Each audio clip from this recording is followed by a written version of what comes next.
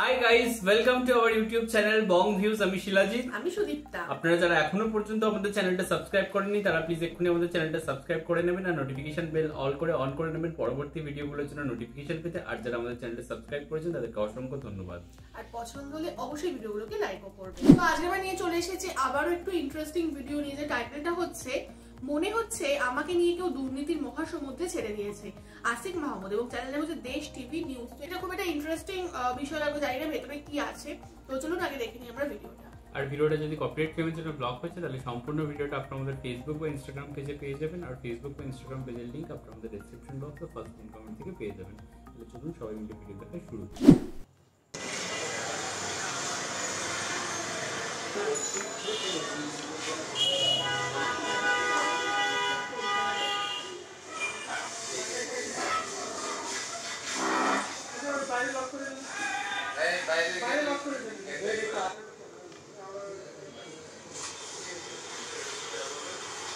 পুরানো লোক তো নাই, পুরানো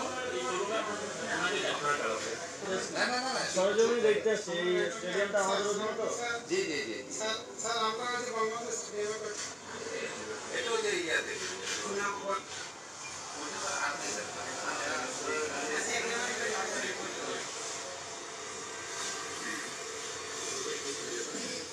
পরিষদ থেকে কিছু ভদ্রলোক আছে না, আপনারা রওনা লাগবে না, তখন ওখানে ঘুমাইছেন, তাই তো? ঠিক আছে, মাত্র জানেন না, আর 5 মিনিট আগে জেনেছেন। ডানে ডানে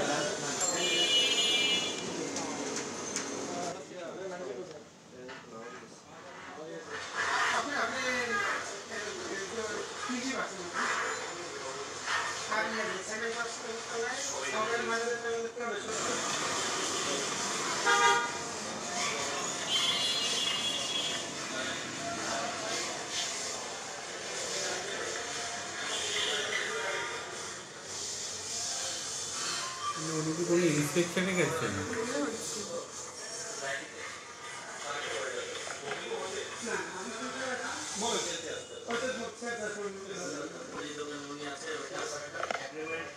সবকিছুই মানে সেন্ট্রাল যেটা তোমার সেন্ট্রাল যে শোরুম বা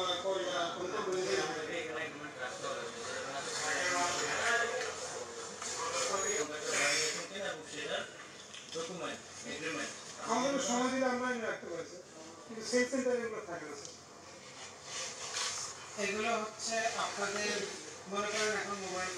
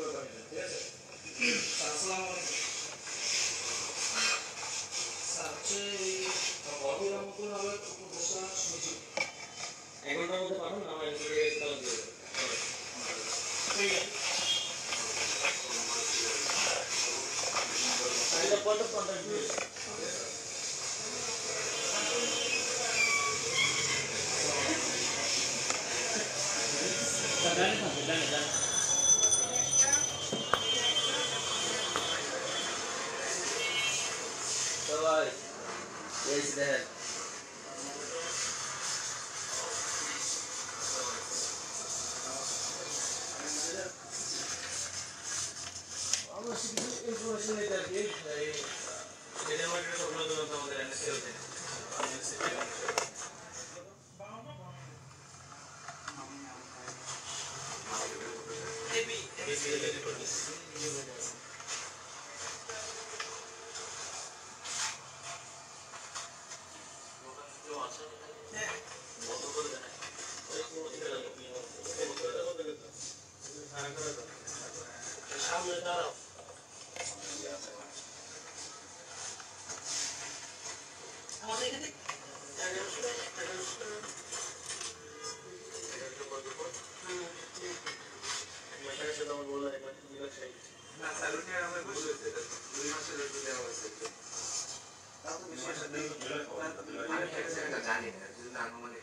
আপনারা অফিসিয়ালি 1 লাখ দেন আর আনঅফিসিয়ালি বাকিটা দেন নাকি বুঝতে পারছি আমি নতুন আসছি তাহলে বলুন 1 লাখ তাহলে বলুন আমার ভাই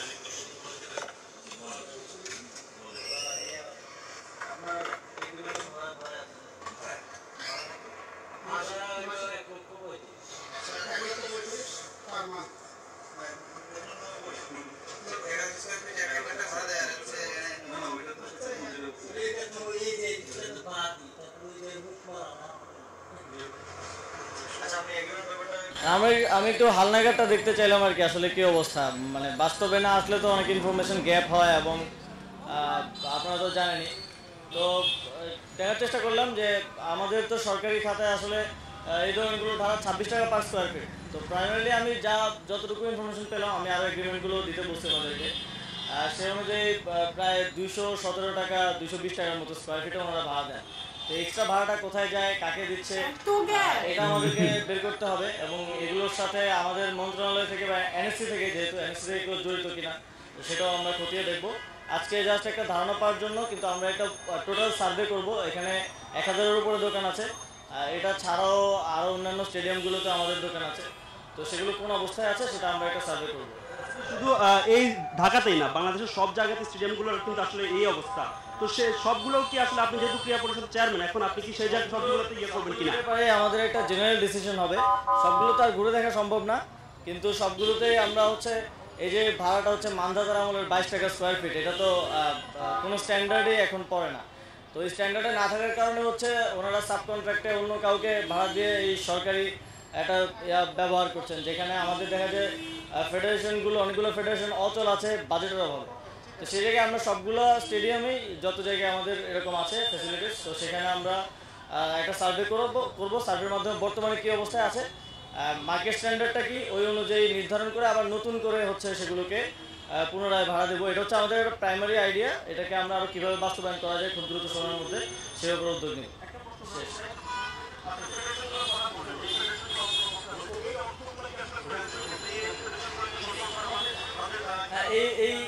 এই অর্থটা, এটা একটা প্রপার ব্যবস্থার মাধ্যমে এই অর্থটা যখন আমাদের এনএসসিতে যাবে, তো সেটাকে আমরা ক্রীড়ার উন্নতির জন্য, সার্বিক উন্নতির জন্য কিভাবে ব্যবহার করা যায় সেটার দিকে আমাদের নজর থাকবে। ঠিক আছে,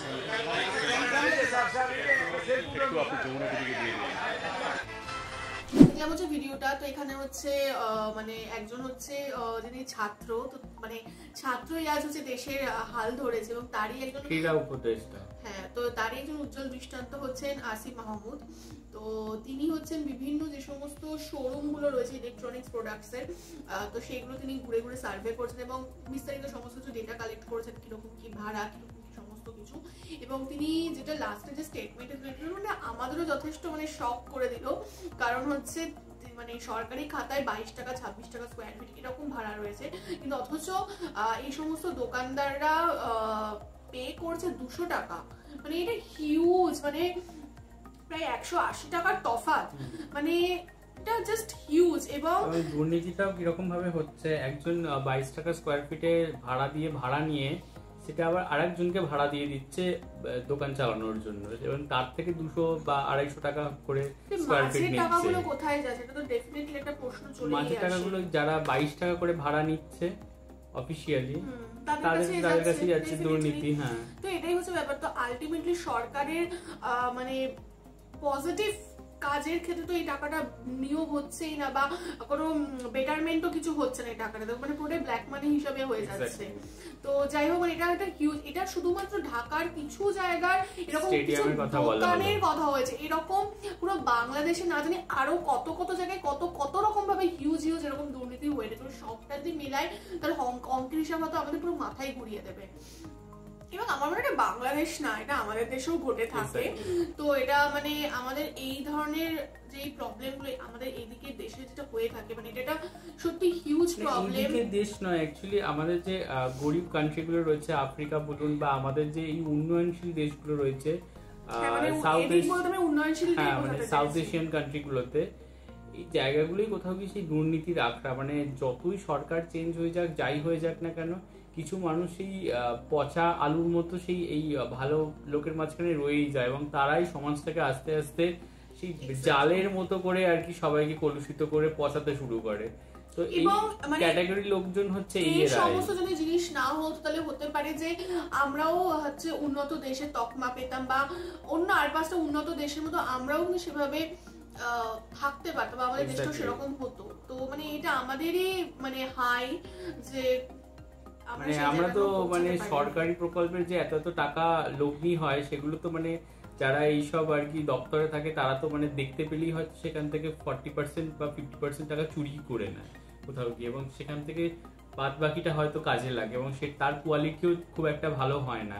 এবং আমরা মানে দেখেছি যে অলিম্পিকে বলুন বা বিভিন্ন গেমসে আমরা দেখি, ক্রিকেটে বাদ দিয়ে, যে বাংলাদেশের যে পারফরমেন্স বিশাল কিছু ভালো নয়, এবং সেখানে কিছু কিছু এখানে তিনি বললেনও যে কিছু কিছু মানে ডিপার্টমেন্ট রয়েছে এমন যে খুবই অচল অবস্থার মধ্যে দিয়ে যাচ্ছে, এবং সেই জায়গাগুলো যদি আবার নতুন করে পরিকাঠামো গড়ে তুলে এবং ফান্ডিং দিয়ে প্লেয়ারদের যদি সেরকমভাবে স্পন্সরশিপ এনে তাদেরকে যদি উন্নয়ন করা যায়, এবং যদি গ্লোবাল স্টেজে গিয়ে ভালো করে রিপ্রেজেন্ট করতে পারে বাংলাদেশের, সেখানে কিন্তু একটা সফট ইনফ্লুয়েন্সেরও একটা ব্যাপার থেকে যায় যে হ্যাঁ এই দেশ থেকে এত প্লেয়ার আসছে এবং এত মেডেল জিতছে।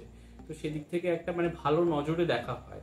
তো সেই জিনিসটাই তিনি করার চেষ্টা করছেন। তো সেই নতুন বাংলাদেশ নতুনভাবে গড়ার চেষ্টা এবং নতুনভাবে শুরু করেছে। তো এই বিষয়গুলো সাধুবাদ জানানোর মতো, এবং তিনি যে পার্সোনালি গিয়ে ভিজিট করছেন এবং সেখান থেকে ডেটাগুলো কালেক্ট করছেন, তো সেইটা নিয়ে তিনি মানে অ্যানালিসিস করে পরবর্তী স্টেপে আসবেন। তো আশা করি যেটা সামনের দিনে হবে হয়তো খুব ভালোই হবে।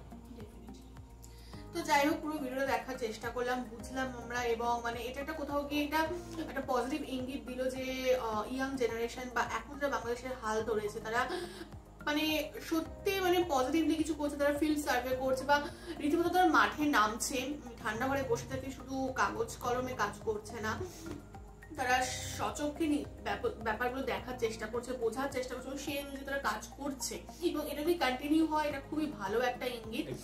এবং অনেক অনেক শুভ কামনা তাদের জন্য যে তারা এইভাবেই কাজ করুক এবং এইভাবেই দেশটিকে এগিয়ে নিয়ে যাক। আর আপনারাও কমেন্ট বক্সে জানাবেন আপনারা এই ব্যাপারটাকে কি দৃষ্টিভঙ্গিতে দেখছেন বা আপনাদের কি মনে হয়, এবং আমাদের ভিডিও যদি ভালো লেগে থাকে অবশ্যই লাইক করবেন এবং আমাদের চ্যানেলটাও সাবস্ক্রাইব করে যাবেন। আর সাবস্ক্রাইব বাটনের পাশে জয়েন বাটন পেয়ে যাবেন, সেখানে কিছু ফ্যাসিলিটিস দেওয়া রয়েছে, চাইলে আপনারা চেক করতে পারেন। আর আমাদের যে ফেসবুক আর ইনস্টাগ্রাম পেজ রয়েছে সেখানে আপনারা ফলো করতে ভুলবেন না, লিংক ডেসক্রিপশন বক্সে পেয়ে যাবেন। আর আমাদের সাথে থাকার জন্য আমাদের যে ফেসবুক গ্রুপটা রয়েছে সেখানে আপনারা জয়েন করে আপনাদের মনের মতো সমস্ত কিছু পোস্ট করতে পারেন, তার লিংকও ডেসক্রিপশন বক্স চেক করলে পেয়ে যাবেন। আর আমাদের যদি আপনারা পার্সোনালি পছন্দ করে থাকেন আমাকে শিলাজিৎ যোগী সুদীপ্তা হিসাবে, তাহলে আমাদের পার্সোনাল ফেসবুক আর ইনস্টাগ্রাম সাইটে ফলো করতে পারেন, তার লিংকও ডেসক্রিপশন বক্সে দেওয়া রয়েছে। তো দেখা হচ্ছে পরবর্তী ভিডিওতে, আজ এ পর্যন্তই, টাটা।